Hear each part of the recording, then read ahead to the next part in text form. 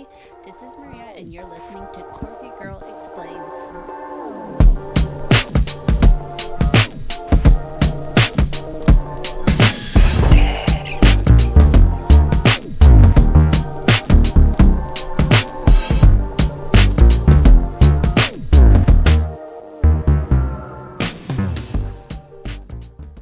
Hey everyone, this is Maria from Quirky Girl Explains, and sitting across from me is Michael. Say hi.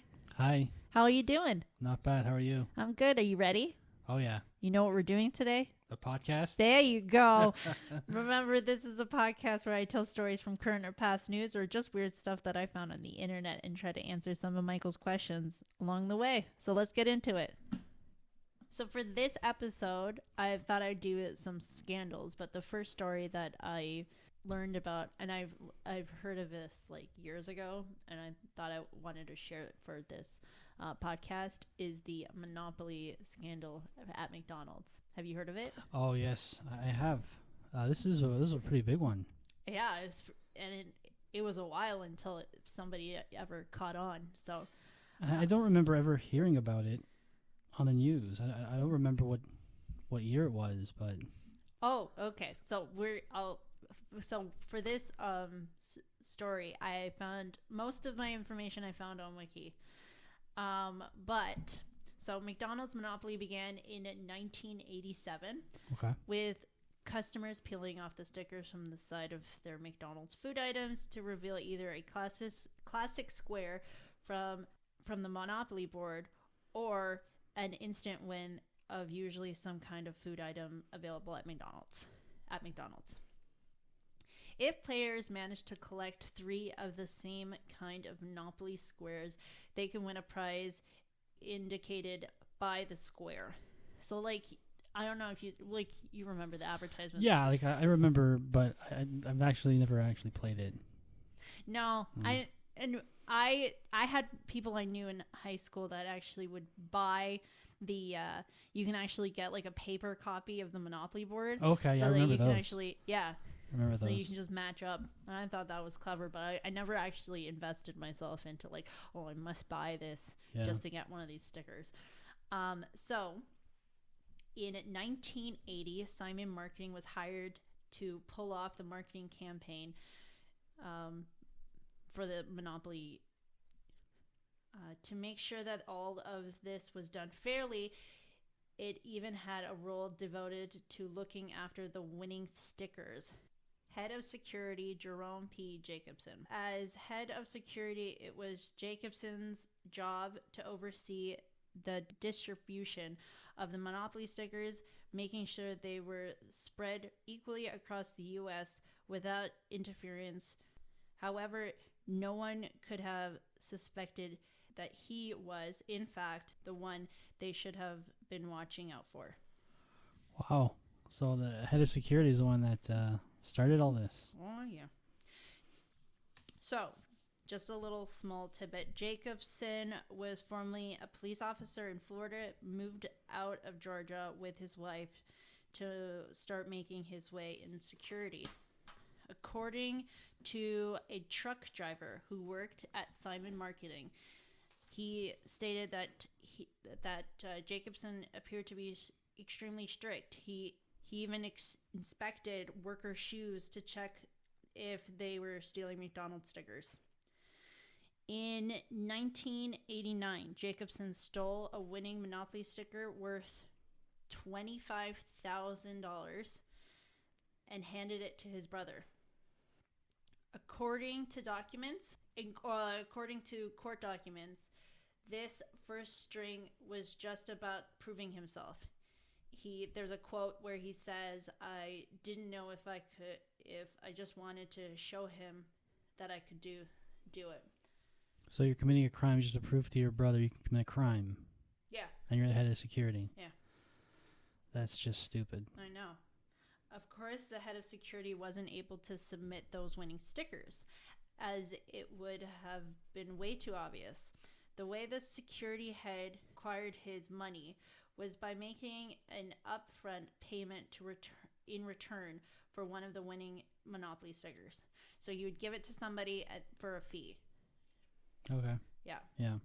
Jacobson's actions were monitored by an external auditor that wouldn't let him out of her sight the entire time. On top of the winning stickers via cases with tampered proof seals. Yeah. But due to a supply error, the seals meant to keep the winning stickers intact were delivered directly to Jacobson. So he got like a new they weren't used stickers. Yeah. Meaning that all of a sudden he had a way to opening and then sealing the cases containing the winning stickers. Okay, so he could open up whatever he wanted and then just seal it back up with the stickers. Yeah.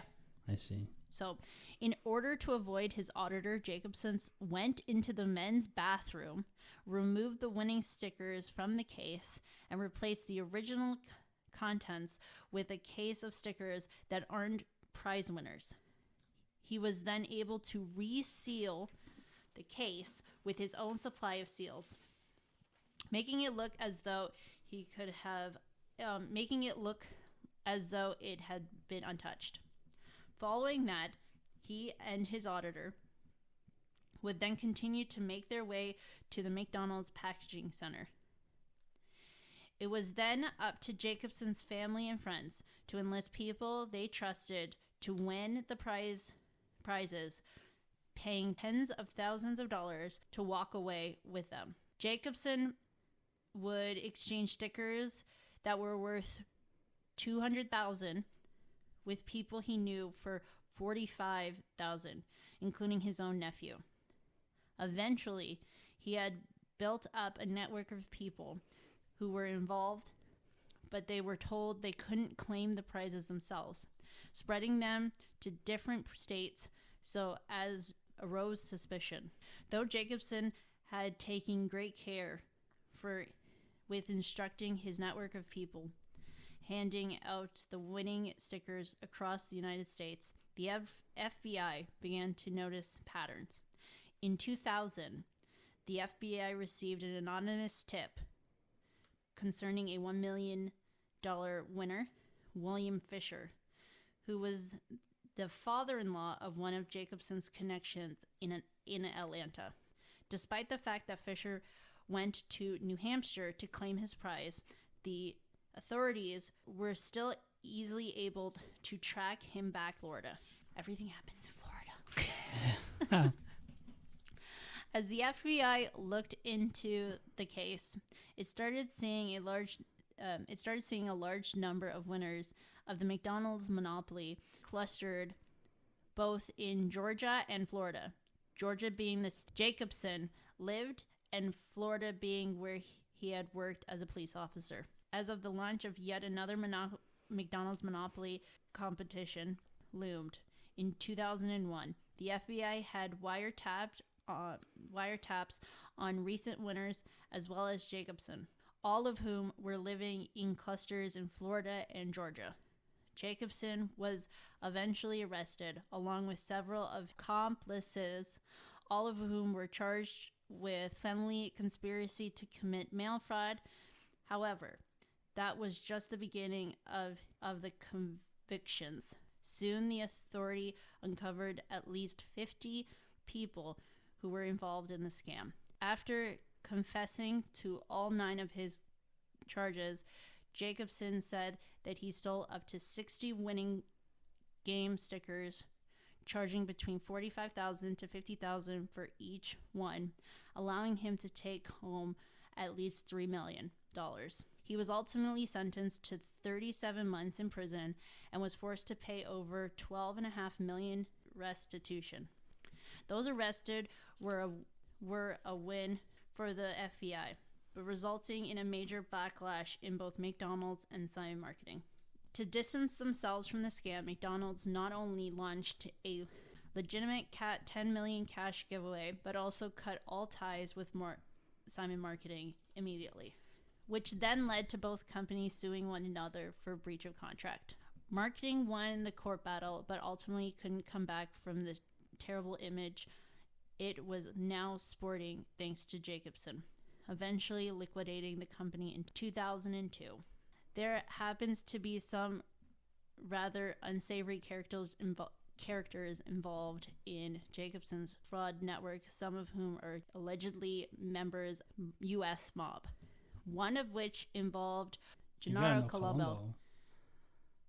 And I don't know who that is. Well, I don't know Gennaro Colombo. You have to know Colombo, that name. Oh, no.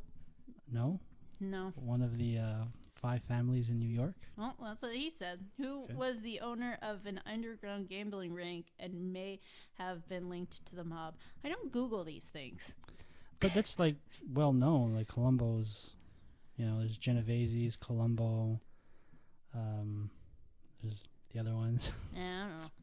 Colombo had given Jacobson ties to even more interesting characters who, according to Raker, included mobsters, psychics, strip club owners, convicts, drug traffickers, and even a family of Mormons, which I don't know how they're in that list. Yeah. Jacobson alleged that he was fighting back against the system that was already corrupt, claiming he discovered that Simon Marketing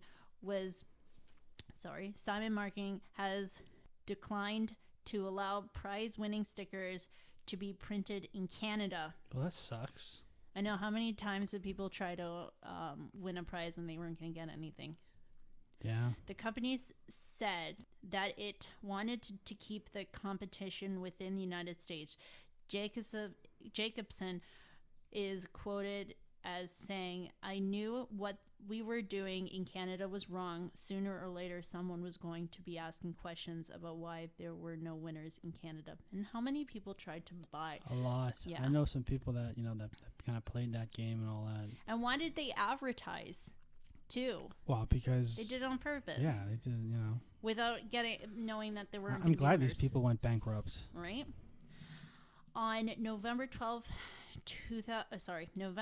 1995, St. Jude Children's Research Hospital received a winning sticker that was worth $1 million. Investigators have stated that they believe that he only sent it to the hospital as a last-ditch solution because no one had paid him for the ticket. He had hoped that this revelation would make his sentencing a little bit more lenient, but it didn't. This scandal has not been covered as extensively as you might expect. The trial against Jacobson accomplices started on September 10th, 2001. Wow. So that's why nobody ever heard of it. Or No. I never heard of it, because the next day, shit, everything went yeah, down. everything changed. Mm-hmm. But yeah, even after that, I didn't hear about any of this until years later. Oh, there's a documentary too. Really? Yeah, there's a huge documentary. I can't remember if it's on Netflix or HBO or something, but it covers all this and more. And there's interviews from. I don't know if Jacobson's got interviewed, but there is people that did purchase. Yeah. From him or his family that are on there as well. Wow. Yeah. Okay, so for this story, have you heard of the Sherri Papini kidnapping case? See, I don't. Papini kidnapping case. I don't believe that I heard about it. So they called this on the when I watched the I can't remember, it was 60 Minutes or 2020 or one of those. This was on 2020 or 60 Minutes? Something like that. They called it Gone Girl, like the Lifetime Gone Girl. Is that like the movie Gone Girl? Like the movie Gone Girl when it originally happened. But at the time that they did the documentary, she was everybody was actually still believing the whole first half of the story. Okay, so so for this episode, I found most of my information on Wikipedia. So on November 2nd, 2016, Sherri Papini, who was 34 at the time, disappeared reportedly while out jogging a mile from her home in Redding, California. She reappeared 3 weeks later on Thanksgiving Day, November 24th, having been reportedly freed by her captors at 4:20 that morning. 4:30 that morning. Still wearing restraints on the side of the County Road 17 near Interstate 5 in Yolo County, about 150 miles, so 240 kilometers, south of where she disappeared. Here's the backstory. So Sherri married her husband Keith in October 2009. The couple had 2 kids together, a son and a daughter. Keith first became concerned when he returned from his job at Best Buy on November 2nd, 2016. He couldn't find his wife at home. He eventually used the Find My iPhone app to locate her cell phone and earbuds at the intersection of Sunrise Drive and Old Oregon Trail, about a mile from their home. According to Sheriff Tom Bozzacco, in an interview, Papini said she was held by 2 Hispanic women who took steps to keep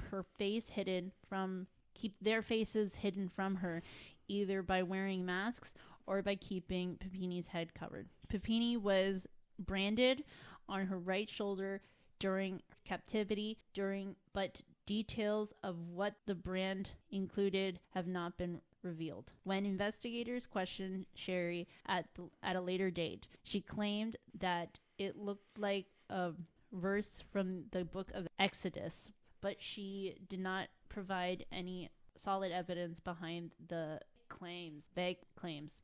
According to a statement by her husband, she was physically abused during her captivity, had her nose broken and her hair cut off, and weighed 87 pounds when she was released. Wow. Damn. At that time, the sheriff said it was still an active investigation and authorities were looking for a dark-colored SUV with 2 Hispanic females armed with a handgun. The sheriff indicated there was sensitive information not being released at the time. Detectives had close to 20 search warrants, and they said they were examining cell phone records, bank accounts, emails, and social media profiles. Investigators declined to discuss what promoted them to file the search warrants and why detectives had traveled out of state. Authorities declined to comment on specific details of the ongoing investigation, but reported that they were actively pursuing the case. In November, while Papini was still missing, authorities executed more than 12 search warrants in Michigan. The FBI provided assistance in the case. Papini was found with both male and female DNA on her, neither of which matched her or her husband. The FBI ran a sample through the DNA CODIS and found no matches. In March 2022, it was reported that DNA found on her clothes matched that of her ex-boyfriend, James Rayson, who confirmed that Papini stayed with him during the time that she was allegedly kidnapped. On March 2nd, 2022, on March 3rd, 2022, the day on which Sherri was arrested on federal charges, the couple separated.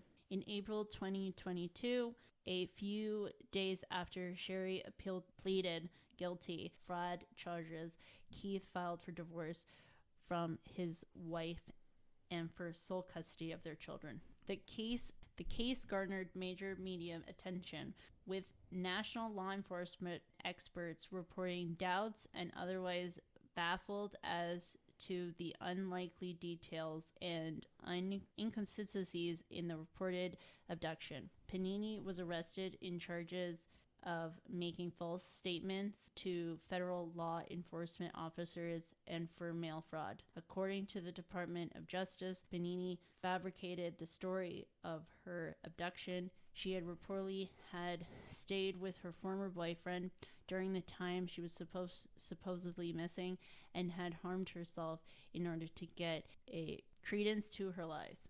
In August 2020, she posted she stood by her story when questioned by federal agents and detectives from the Sheridan County Sheriff's Office, despite being advised that it was a crime to lie to a federal agent. Papini was charged with mail fraud as she had received over $30,000 from the California Victims Compensation Board between 2017 and 2021.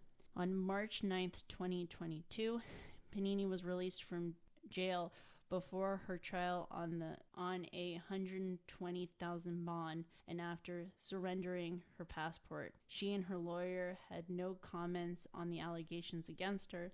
Papini had faced up to 25 years in prison between the charges of mail fraud and lying to a federal officer. However, 6 weeks after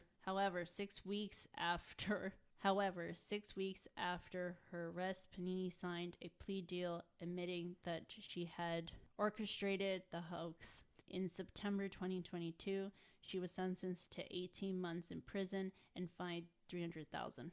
Wow. So, did she at all say why she did it? I don't know. And it seems like she did this just to like basically fool around with her ex. Yeah, basically. That's weird. And at one point you had said about her weight. Her weight she was like lost 87. a lot of weight. So I don't know how much she weighed before. That's what I mean. Like, if she was with her ex, how the hell did she her nose got broken and she cut off her harmed head. herself. And then she forced herself to lose all this weight. Maybe she just didn't eat. She's just crazy. You imagine being the boyfriend or the ex-boyfriend and watching her hurt herself. And at that moment, he should have been like, "What the fuck are you doing?" He should have called police right away and be like, "Yeah, she was never kidnapped." Yeah. And it seems like they really tried to go after her. Like they got FBI involved, everything. Because at the time that she first went missing and then came back, I think Gone Girl just happened. So everybody had that in their mind. That's why they called her the Gone Girl. Really? Yeah. And in the, I don't remember. Now I'm pissed I don't remember. But it's either 2020 or 60 Minutes. She and her husband were on it because it was before this whole thing. She was trying to be like, no, you guys don't believe me. Like, you need to believe me. Yeah. And because at the time she wasn't getting charged, nothing about this boyfriend or anything like that. It wasn't until later, years later, did they realize, oh no, wait, I want to know if they checked the DNA before or they checked it after, and then how did they check the boyfriend's DNA? Was he already in the system? Yeah. Why was he in the system before? Did he get something happen to him after? Did they do one of those watch him? Her boyfriend or ex-boyfriend? Her ex-boyfriend, I mean. Yeah. Yeah. But good on her husband for divorcing leaving her, take the kids, get out of my face. She's obviously crazy. Yeah. If you want to divorce your husband, just do it. And why would you create all this nonsense just so that you can fool around for a couple of days with your ex-boyfriend? Yeah. What's wrong with you? But yeah. And how someone had to have been the in the beginning gone, I don't believe you. Yeah. And just stayed on it for how many years? I'm sure there was inconsistencies when the police first found her again. Yeah. I'm sure her story just did not make any sense. Yeah, it was you don't make sense. Yeah. So that's it for this episode. Thanks everyone for listening, and thanks Michael for sitting here and listening to me explain stuff. This was Quirky Girl Explains. Have a good one, everyone.